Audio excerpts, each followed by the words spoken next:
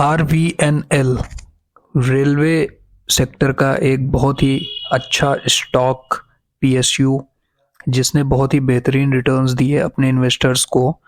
But 15 जुलाई 2024 के बाद ऐसा क्या हुआ कि ये स्टॉक कंटिन्यूसली गिरना शुरू हुआ। It started falling and then ये थोड़ा सा कंसोलिडेट किया and it again started falling. ठीक है, तो आज के इस वीडियो में हम डिकोड करेंगे RVNL के स्टॉक को।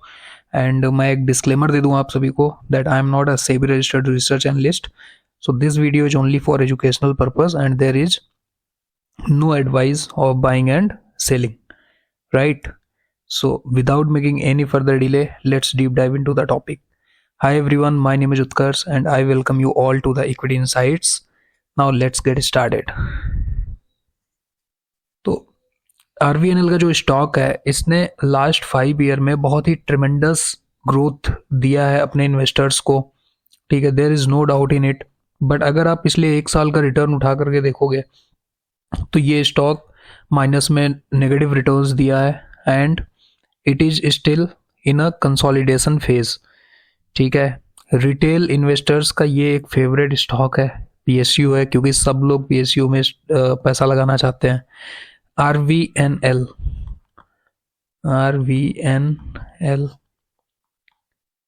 रेल विकास निगम लिमिटेड।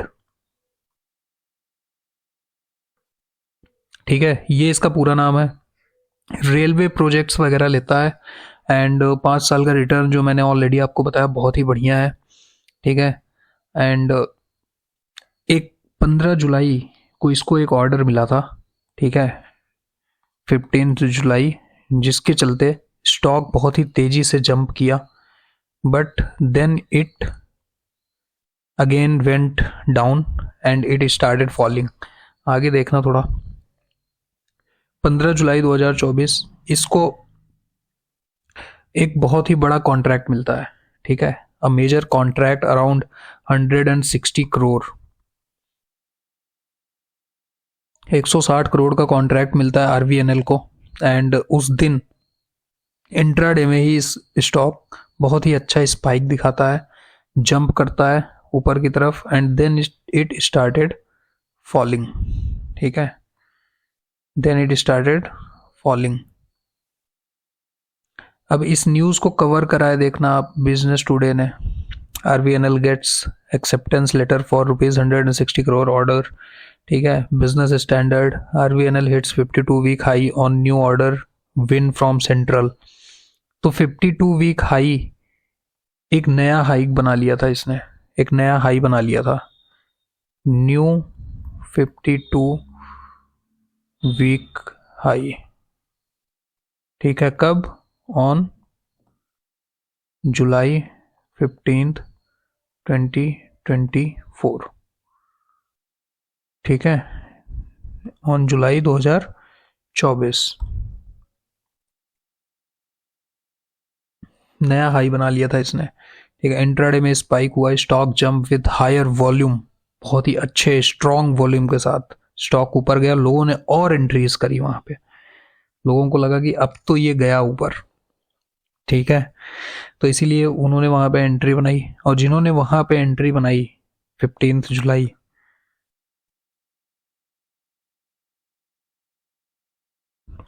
जुलाई, उन्हीं का पैसा बेचारों का अब भी डूबा हुआ है। ठीक है, आगे देखना थोड़ा। अगर देखोगे आप 15 जुलाई को स्टॉक ने बहुत ही अच्छा जंप किया। ठीक है, एक अच्छी रैली दिखाई इंट्राडे में। काफ़ी सारे लोगों ने मे भी पैसा बनाया भी होगा बट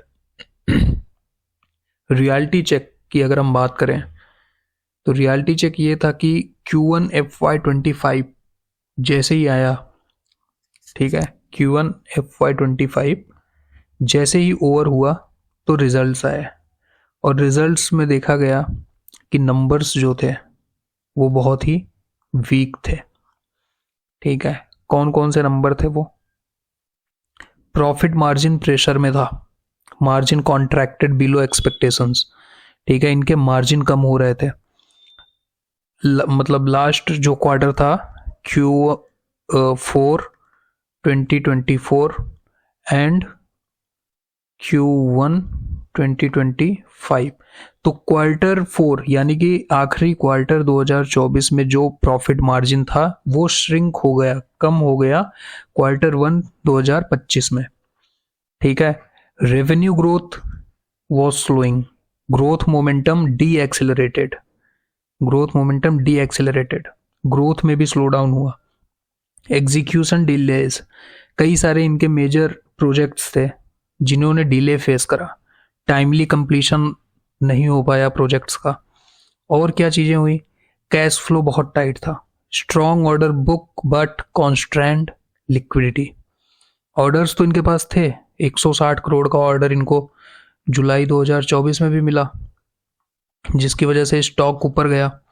ठीक है, बट क्या लिक्विडिटी थी? लिक्विडिटी नहीं था, कैश नहीं पड़ा था लिक्विड कंपनी के पास। तो ये सारी प्रॉब्लम्स थी जो कि Q1 FY25 में समझ में आया जब Q1 25 का रिजल्ट आया तब। उसका इम्पैक्ट क्या हुआ?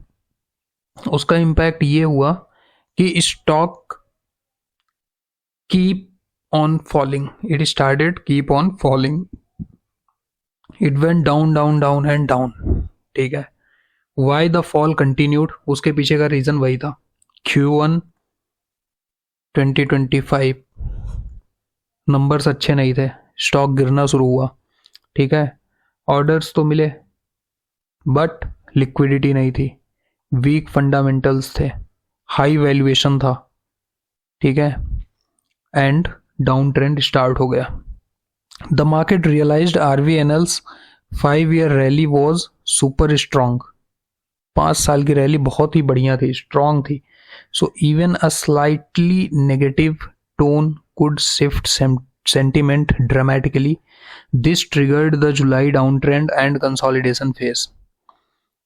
ठीक है, और वही हुआ, अच्छी खासी रैली थी, बढ़िया ग्रोथ था, बट जैसे ही Q1 2025 का ओवर हुआ और इसके कुछ नंबर सामने आए तो देखा गया कि भाई प्रॉफिट मार्जिन प्रेशर में है।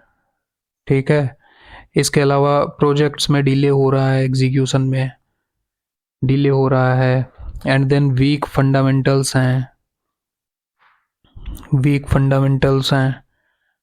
ठीक है, हाई वैल्यूएशन है। तो ये सारे रीजंस जो हैं उन्होंने सेंटिमेंट को शिफ्ट करा, एंड द डाउन ट्रेंड तो स्टार्ट हो ही चुका था, and it keep on falling, the stock keeps on falling and falling। ठीक है, तो दिस वॉज द रीजन। अब बात करते हैं कि कब तक कंसोलिडेशन फेज में रह सकता है। This is only an assumption. ठीक है, कुछ कहा नहीं जा सकता, एक्यूरेटली नहीं बोला जा सकता कि इतने टाइम तक ही रहेगा, बट एक फंडामेंटल के बेसिस पे आप एक अनुमान लगा सकते हो कि when the consolidation phase will be over. तो उसके लिए देखना, पहली चीज तो जब भी ऑर्डर इनका बढ़ने लग जाए, ऑर्डर फ्लो इनफ्लो सर्च, ठीक है, significant new contract wins announced, ये जब RVNL के पास मतलब भर भर के ऑर्डर्स आने लग जाए तो समझ लेना कि कंसोलिडेशन खत्म होने वाला है। ठीक है, बट केवल ऑर्डर ही ये कंफर्मेशन कर देगा नहीं, क्योंकि जुलाई में भी ऑर्डर तो मिला ही था ना 160 करोड़ का, तो वहां से स्टॉक फॉल क्यों गया? तो इसके साथ ही साथ सपोर्टिव फैक्टर्स क्या होने चाहिए, वो ये होना चाहिए कि मार्जिन इंप्रूव होना चाहिए, प्रॉफिट मार्जिन इनका इंप्रूव होना चाहिए, जो कि Q4 2024 एंड Q1 2025 अगर आप कंपेयर करोगे तो यहाँ पे श्रिंक हो गया, यहाँ से यहाँ तक श्रिंक हो गया प्रॉफिट मार्जिन। ये श्रिंक नहीं होना चाहिए, ये और ज़्यादा इंप्रूव होना चाहिए। तो प्रॉफिट मार्जिन में इंप्रूवमेंट होनी चाहिए, ऑर्डर्स इनको मिलने चाहिए। PSU स्टॉक्स अभी पिछले कुछ टाइम से डाउन ट्रेंड ही चल रहे हैं या साइडवेज हैं, बट एक ओवरऑल PSU सेक्टर का सेंटिमेंट जब स्ट्रेंथन होगा तो ये स्टॉक भी कंसोलिडेशन फेज से बाहर आ सकता है। तो ये this is also one of the factor. इसके अलावा रेजिस्टेंस ब्रेकआउट, ठीक है, जब रेजिस्टेंस ब्रेकआउट दे तो आप समझ लो कि कंसोलिडेशन खत्म होने वाला है। तो दीज आर द फैक्टर्स जो सारे जब एक साथ मिलने लग जाएं तब आप कह सकते हो 70-80% की the consolidation phase is going to be over now. तो पहला factor is order inflow, margin improve, PSU movement and resistance breakout. ठीक है, अब अगर ओवरऑल समराइज करें हम कि क्या चक्कर था, तो आप देखना the complete picture. 15 July 2024 order news was a spark, but reality struck after weak earning, stretched valuation, PSU sentiment pressure. Result इसका क्या हुआ? RVNL entered a long consolidation phase। ठीक है, वीक अर्निंग थी, Q1 FY25 disappointment. PSU sector का जैसे कि मैंने बताया कि सेंटिमेंट ही शिफ्ट हो चुका था ओवरऑल। ठीक है, सारे स्टॉक डाउन ट्रेंड या फिर साइडवेज हो रहे थे, एंड कंसोलिडेशन तो था ही। इसके अलावा मार्केट को कुछ क्लैरिटी नहीं मिल पा रही थी। ठीक है, कोई कुछ भी क्लियर नहीं था कि क्या चल क्या रहा है। ऑर्डर मिला, स्टॉक ऊपर जंप किया, बट नंबर्स कुछ और ही बोल रहे हैं, तो there was no clear clarity. ठीक है, order news initial positive catalyst, but at the end वही, जब नंबर्स मैच नहीं कर रहे थे आपकी जो भी हाइप बन रही थी मार्केट में उससे, तो एट द एंड रिजल्ट वही होना था। तो ये सारे फैक्टर्स थे जिसके चलते स्टॉक आज पहले डाउन ट्रेंड चला, and then it went on consolidation phase, and still it is in a consolidation phase. Let's see कि कंसोलिडेशन फेज से कब बाहर आता है। उसके लिए वो सारे फैक्टर्स जो मैंने आपको बताए, 4-5-6 फैक्टर्स, वो सारे साथ में आने चाहिए। ठीक है, तो यार कमेंट करके ज़रूर बताना कि कैसा लगा video, and what have you learned.